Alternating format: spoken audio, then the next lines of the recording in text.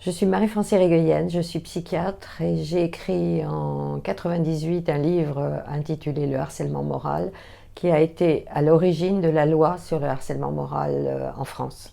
Selon la définition juridique, le harcèlement moral, ça consiste en des agissements qui ont pour objet ou pour effet une dégradation des conditions de travail susceptibles de porter atteinte aux droits des salariés, de compromettre leur santé physique et mentale et leur avenir professionnel, et également une atteinte à la dignité. Alors, ce qui est intéressant dans cette définition, c'est qu'elle ne nomme pas les agissements abusifs, mais qu'elle se porte uniquement sur les conséquences sur la santé. C'est également une définition qui dit agissements qui ont pour objet ou pour effet, c'est-à-dire que l'on peut harceler sans intention malveillante, sans intentionnalité malveillante, mais et même, on pourrait dire, sans en être conscient. Le harcèlement moral, c'est un risque parmi d'autres risques psychosociaux, mais c'est incontestablement le plus destructeur et c'est le seul qui est sanctionné juridiquement, à la fois au code pénal, au code du travail et au code de la fonction publique. Le but du harcèlement est toujours plus ou moins de se débarrasser de quelqu'un qui gêne, soit en faisant en sorte que la personne s'en aille, soit en la soumettant, et que ce soit au niveau individuel, dans du harcèlement individuel, ou que ce soit dans du harcèlement plus collectif. Ce qui est spécifique dans ce procès, c'est que des personnes, 6 dirigeants d'une grande entreprise ont été mis en examen pour des faits de harcèlement moral à l'encontre de personnes qu'ils n'ont même pas rencontrées personnellement. Mais c'est surtout que l'entreprise elle-même a été mise en cause en tant que personne morale. Il y avait déjà eu des jurisprudences qui sanctionnaient des méthodes de management en 2009. Mais là, cette fois-ci, c'est l'entreprise elle-même qui risque d'être sanctionnée pour ces procédés. Lors de la restructuration de France Télécom, les méthodes de management ont été particulièrement brutales.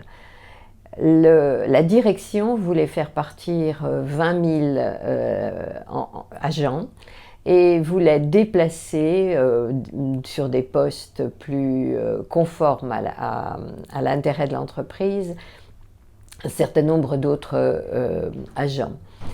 Pour cela, les managers recevaient des primes quand ils faisaient partir des personnes. Les agents étaient incités fortement à accepter des métiers qui n'étaient pas ceux qu'ils avaient au départ.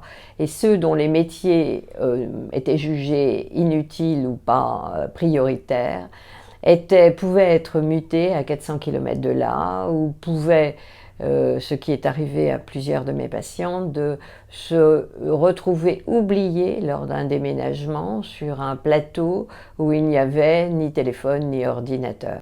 Il n'y a pas eu malveillance de la part de la direction, mais ce qu'on peut dire, c'est que c'était un management centré sur les objectifs et sur les chiffres et qui a complètement oublié les éléments humains.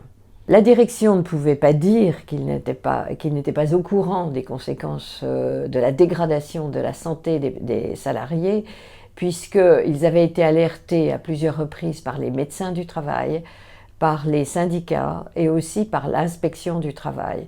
Mais ils n'ont pris que des mesures limitées, comme des formations accélérées des managers et comme la mise en place d'une cellule d'écoute. Pour les salariés qui ont souffert lors de ce plan de restructuration, ce procès est absolument essentiel. C'est une reconnaissance de ce qu'ils ont subi. C'est aussi une façon pour eux d'entendre que ce qu'ils ont subi n'est pas normal, que ce n'est pas acceptable.